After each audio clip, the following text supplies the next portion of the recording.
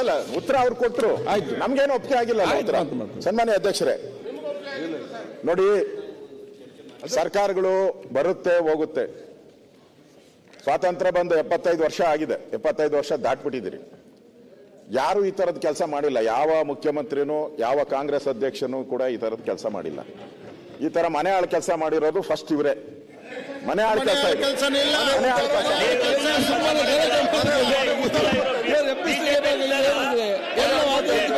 ಸರ್ಕಾರ ದುಡ್ಡು ತಗೊಂಡೋಗಿ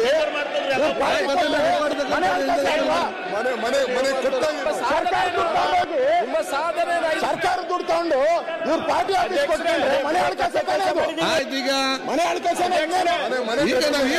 ನೀವು ಕ್ಲಾರಿಫಿಕೇಶನ್ ಆಗ್ತದ ನೋಡಿ. ಸರ್ಕಾರ ಏನ್ ಹೇಳಿದೆ, ಕ್ಯಾಬಿನೆಟ್ ನಲ್ಲಿ ಚರ್ಚೆ ಮಾಡ್ದ ಅಂತ ಹೇಳಿದ್ದಾರೆ. ಮತ್ತೆ ಇದಕ್ಕಿಂತ ದೊಡ್ಡ ಉತ್ತರ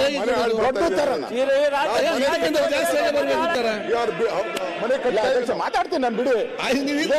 ಇದೇನ್ ಮುಗಿಯೋ ತರ ಕಾಣಲ್ಲ, ನೋಡಿದ್ರೆ ಮುಗಿಯೋ ತರ ಕಾಣಲ್ಲ. ಒಂದೇ ನಿಮಿಷ ಸಾವಧಾನ ಇರ್ಲಿ, ಸಾವಧಾನ ಇರ್ಲಿ. ಕೆಲಸ ಬಿಜೆಪಿ ನಾನು ಯಾಕೆ ಹೇಳಿದ್ದೀನಿ ಈ ಪದ,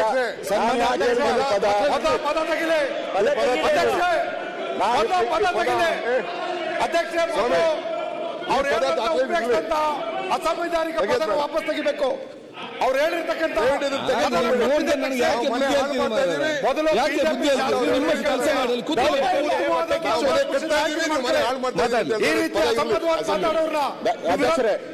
ನಾನು ಯಾಕೆ ಈ ಪದ ಉಪಯೋಗ ಮಾಡಿದೆ ಅಂತ ಹೇಳಿದ್ರೆ,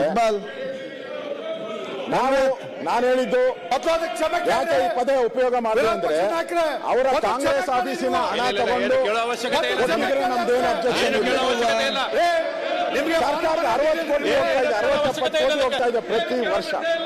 ಸರ್ಕಾರದ ಹಣ ಹೋಗ್ತಾ ಇರೋದು ಇಲ್ಲಿ. ಹಣದುಬ್ಬರ ಜಾಸ್ತಿ ಆಗಿದೆ. ಈಗ ಹಣದುಬ್ಬರ ಜಾಸ್ತಿ ಆಗಿದೆ.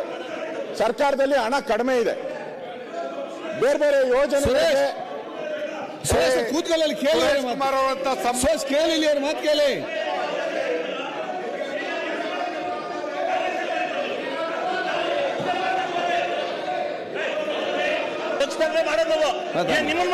ಅಧ್ಯಕ್ಷ ಕೂತ್ಕೊಂಡೆ ಕೇಳಿ ಅವ್ರನ್ನ.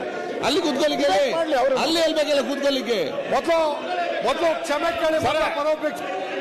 ಮಾನ್ಯ ಅಧ್ಯಕ್ಷ ಕ್ಷಮೆ ಕೇಳಲೇಬೇಕು. ಅದಕ್ಕೆ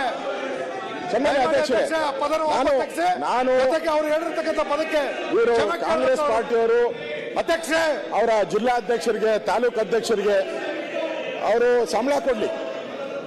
ಜಿಲ್ಲಾಧ್ಯಕ್ಷರಿಗೆ, ತಾಲೂಕು ಸಂಬಳ ಕೊಡ್ಲಿ. ಎತ್ತಿರ್ತಕ್ಕಂಥದ್ದು ಯಾವ ನ್ಯಾಯ? ದಯವಿಟ್ಟು ಕರ್ನಾಟಕದ ಟ್ಯಾಕ್ಸ್ ವಾಪಸ್ ತಗೊಳ್ಳಿ. ಯಾವ್ದು ಹಳ್ಳಿಯವರು ಕ್ಷಮೆ ಕೇಳಬೇಕು, ಪಾಣಿಗೆ ದುಡ್ಡು ಕೊಡ್ಬೇಕು. ಅಧ್ಯಕ್ಷ ಇದು ಕಾಂಗ್ರೆಸ್ ಪಕ್ಷಕ್ಕೆ ಅವಮಾನ ಮಾಡಿರ್ತಕ್ಕಂಥ ಬರ್ತ್ ಸರ್ಟಿಫಿಕೇಟ್ ಇಲ್ಲ. ಕಾಂಗ್ರೆಸ್ ಸರ್ಟಿಫಿಕೇಟ್ ದುಡ್ಡು ಕೊಡ್ಬೇಕು.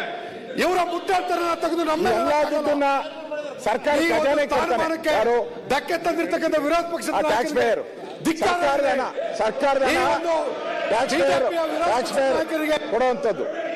ಈ ಸರ್ಕಾರದ ಹಣ ತಗೊಂಡೋಗಿ ನಿಮ್ ಪಾರ್ಟಿ ಕಾರ್ಯಕರ್ತರಿಗೆ ಕೊಟ್ರೆ ಮಾನ್ಯ ಎಷ್ಟು ಸರಿ ಇರ್ತೈತೆ? ವಿರೋಧ ಪಕ್ಷದ ನಾಯಕರು ನಾನ್ ಮಾತಾಡ್ತಾ ಇದ್ದೀನಿ. ಆಗಲ್ಲ. ಉತ್ತರ ಕೊಟ್ಬಿಟ್ಟಿದ್ದಾರೆ ಅವರು, ಉತ್ತರ ಕೊಟ್ಟಿದ್ದಾರೆ. ಹಿಂಡಾಗಲ್ಲ. ನಾನು